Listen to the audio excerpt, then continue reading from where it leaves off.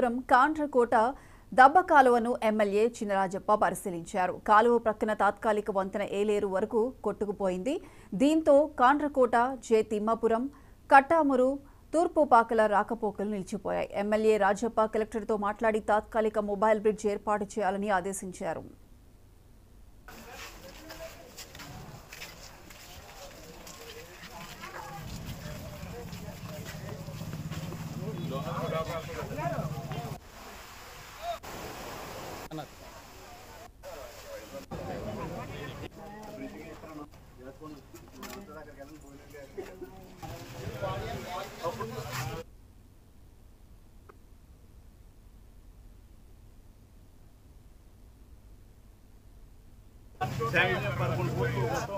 ఇక్కడ ప్రాజెక్ట్కి ఇవ్వడం జరిగింది. ఇచ్చిన తర్వాత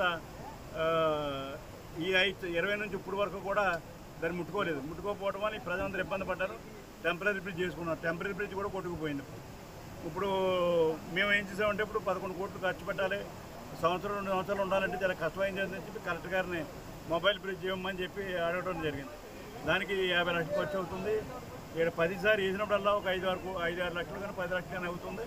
అలా కొట్టుకుపోతుంది. అంచేత ఒకసారి 50 లక్షలు మీరు ఇస్తే ఇక్కడ మొబైల్ బ్రిడ్జ్ చేస్తామని చెప్పి కోరడం జరిగింది. మొబైల్ బ్రిడ్జ్ ఇవ్వడానికి అంగీకరించాడు. ఇక్కడ ఈ బ్రిడ్జ్ కొట్టుకోవడమే కాకుండా బ్రిడ్జిని ఈ ఫ్లో మార్చుకుని ఇల్లులు సొంత స్థలాలు కూడా కొట్టిపోయి ఇల్లులు పడిపోయే పరిస్థితికి వచ్చింది. పడిపోయినాయి కూడా. ఇప్పుడు వీళ్ళందరూ కూడా బయటకు తీసుకొచ్చి హై స్కూల్లో పెట్టడం జరిగింది. మొత్తం మీద ఏలేరు వృద్ధిది 10 సంవత్సరం కూడా రావడం, నష్టం కలగటం, ప్రాంతానికి పెర్మనెంట్గా దీనికి సొల్యూషన్ కూడా ఆ రోజు చంద్రబాబు నాయుడు గారు మోడరైజేషన్ పేరుతోటి మోడర్నైజేషన్ చేయించడం జరిగింది. మొదటి ఫేజ్ పూర్తయింది. రెండో ఫేజ్ వచ్చేటప్పటికి మరి ఈ గవర్నమెంట్ వచ్చింది. గవర్నమెంట్ వచ్చిన తర్వాత మొత్తం టోటల్ ఈ 5 సంవత్సరాలు కూడా సెకండ్ ఫేజ్ని అసిరెట్ చేసింది.